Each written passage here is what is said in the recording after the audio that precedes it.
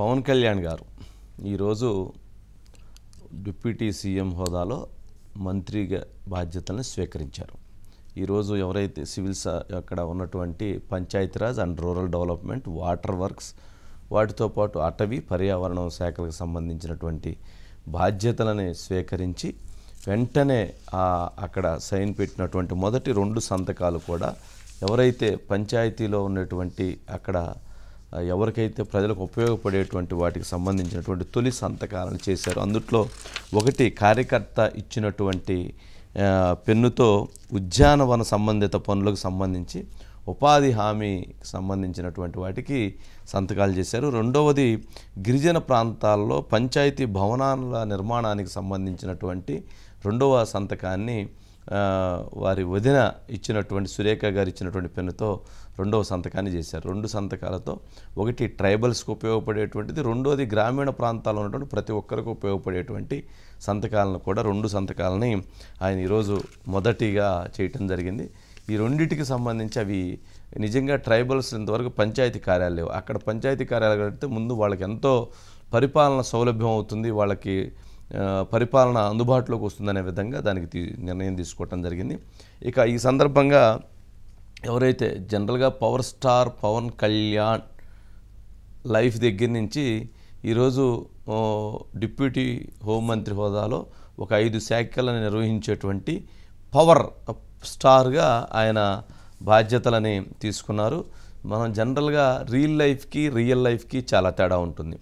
Real లైఫ్లో పవన్ కళ్యాణ్ గారు మనం గమనిస్తే దాదాపు తమ్ముడు 28 సంవత్సరాల్లో 28 సినిమాలని ఆయన తీయటం జరిగింది. 28 సినిమాల్లో కూడా ఎక్కువ సినిమాలు మెసేజ్ ఓరియంటెడ్ సినిమాలు, ఎక్కువ సినిమాలు ప్రజలకి ఒక చైతన్యం తీసుకొచ్చే విధంగా, స్ఫూర్తి తీసుకొచ్చే విధంగా వాటిని ఒక మెసేజ్ ఓరియంటెడ్ సినిమాలను ఆయన ఎక్కువ పాత్రలని పోషించడం జరిగింది. అందులో మనం చూస్తే తమ్ముడు సినిమా కావచ్చు, తర్వాత వచ్చినటువంటి వాటి సినిమాల తర్వాత ఎవరైతే పోలీస్ రిలేటెడ్గా వచ్చినటువంటి కొమరం పులి కావచ్చు, గబ్బర్ సింగ్ కావచ్చు, వాటితో పాటు భీమ్లా నాయక్ కావచ్చు, ఈ 3 సినిమాలు పోలీసు రిలేటెడ్గా తప్పుని ఎత్తి చూపటం, తప్పు మీద ఫైట్ చేయటం, వీటికి సంబంధించినటువంటివి ప్రజల పక్షాన పోరాటం, ప్రజల కోసం ఉండటం అనేటువంటి దాంట్లో ఒక మెసేజ్ ఓరియంటెడ్ సినిమాలు 3 సినిమాలు రావటం జరిగింది.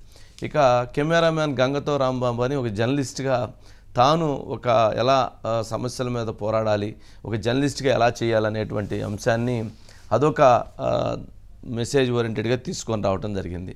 ఇక వకీల్ సాబు లాయర్గా ఒక ప్రజల పక్షాన ఎలా నిలబడాలి, ప్రజలకు ఎలా న్యాయం చేసేందుకు పోరాడాలి అనేటువంటి దాంట్లో వకీల్ సాబ్గా ఒక మూవీ తీసుకురావడం, బ్రో కావచ్చు, ఇట్లాంటి చాలా మెసేజ్ ఓరియంటెడ్ సినిమాస్ ఆయన చేశారు. ఇప్పుడు ఆయన ఆ సినిమాల్లో ఆ పాత్రలో ఉన్నటువంటి సన్నివేశాలు, దాంట్లో ఉన్నటువంటి డైలాగ్స్ అవన్నీ వేరు.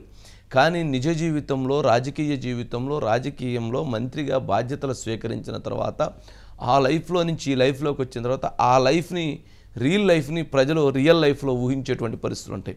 మరి ఈ సందర్భంగా మరి పవన్ కళ్యాణ్ గారికి అందుట్లో 5 శాఖలు, వీటన్నిటినీ కీలకమైనటువంటి శాఖలని వారు ఇప్పుడు ముందుకు నడిపించేటువంటి బాధ్యతలని తన భుజస్కంధాల మీద పెట్టుకున్నారు.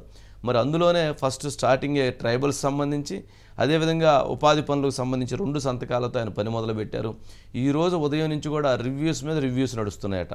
ఎక్కడ నిన్న నైట్ నుంచి డిపార్ట్మెంట్ అధికారులతో మాట్లాడటం, ఈరోజు ఉదయం నుంచి ప్రతి డిపార్ట్మెంట్కి సంబంధించినటువంటి సమగ్రమైనటువంటి నోట్ తీసుకొని దాని మీద రిపోర్ట్ రెడీ చేసుకుంటే తను స్వయంగా ఒక బుక్ పెట్టుకొని దాంట్లో ప్రతి పాయింట్స్ నోట్ చేసుకున్నారండి. ఏంటి గతంలో ఎలా ఉండేది, ఇప్పుడు ఎలా చేస్తే బాగుంటుంది, దీంట్లో మనం ప్రజలకి సర్వీస్ చేసేందుకు, గ్రామాల్లో సర్వీస్ చేసేందుకు ఏ రకంగా చేస్తే బాగుంటుంది అనే దాని మీద అసలు డీటెయిల్డ్ రిపోర్ట్ కోసం ఒక్కొక్క రివ్యూనే దాదాపు 3 నుంచి 4 గంటల పాటు ఆయన కంటిన్యూగా రివ్యూస్ కొనసాగిస్తున్నారు అనేటువంటిది మనకు అందుతున్న సమాచారం. ఇప్పటికీ కూడా ఆయన వాటిని కొనసాగిస్తున్న పరిస్థితి ఉంది.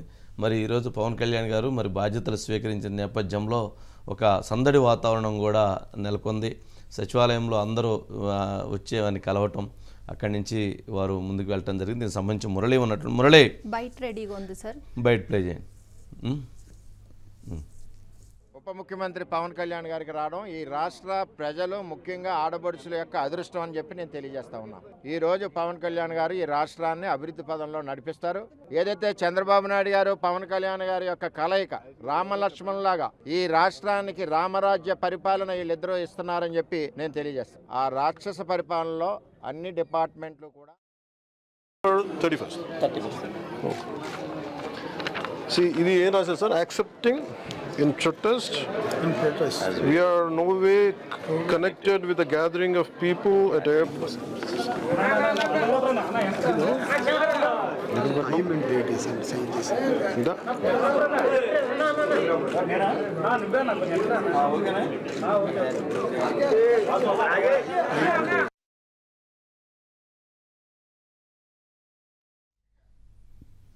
అవన్నీ ఇప్పుడు మనం చూసిన విజువల్స్.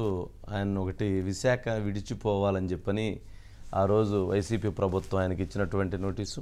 రెండోది ఆయన వెళుతుంటే విప్పటం గ్రామానికి రానియకుండా కంచెలు వేసి ఆపిన విజువల్స్, ఆయన దాని వెహికల్ పైన కూర్చొని నిరసన తెలియజేసిన విజువల్స్. రెండోది మందడం గ్రామానికి వస్తూ ఉంటే రైతులను పరామర్శించే కంచెలు వేసి ఆయన రానియకుండా అడ్డుకున్న విజువల్స్. మరి అటువంటి అదిగో ఇదేమన్నా చంద్రబాబు నాయుడు గారిని అరెస్ట్ చేసినప్పుడు ఆయన ఎవరైతే హైదరాబాద్ రోడ్డు మార్గాన్ని వస్తుంటే ఆయన రానియకుండా అక్కడ నిలిపివేస్తే ఆయన రోడ్డు మీద పొనుకొని నిరసన తెలియజేసినటువంటి విజువల్స్. ఇవన్నీ కూడా అంటే గతం, అంటే ఆయన ఆ స్థాయిలో ఇక మాటలు అంటారా, ఇక అనరానటువంటి మాటలు, అనకూడనటువంటి మాటలు, తల్లి లేదు, చెల్లి లేదు, పిల్ల లేదు, పాపం లేదు, ఇలాంటి మాటలు మాట్లాడినటువంటి వ్యక్తులు అనేక మంది ఉన్నారు. మరి వాటన్నిటినీ ఆ యుద్ధంలో నుంచి, ఆ పోరాటంలో నుంచి ఇప్పుడు బాధ్యత కలిగినటువంటి దీంట్లో ఒక స్థాయిలో రాష్ట్ర ప్రజలు 5 కోట్ల మంది ప్రజలకు ప్రతినిధిగా తన యుద్ధాన్ని ప్రారంభిస్తున్నారు. మరి 5 కోట్ల మంది ప్రజలకి ఇప్పుడు అందుట్లో ఎక్కువ మెజారిటీ గ్రామాల కోసం తన బాధ్యతలను తీసుకున్నారు. మరి ఇప్పుడు పవన్ కళ్యాణ్ గారు పవర్ స్టార్గా నుంచి పవర్ స్టార్గా ఆయన రంగంలో దిగారు.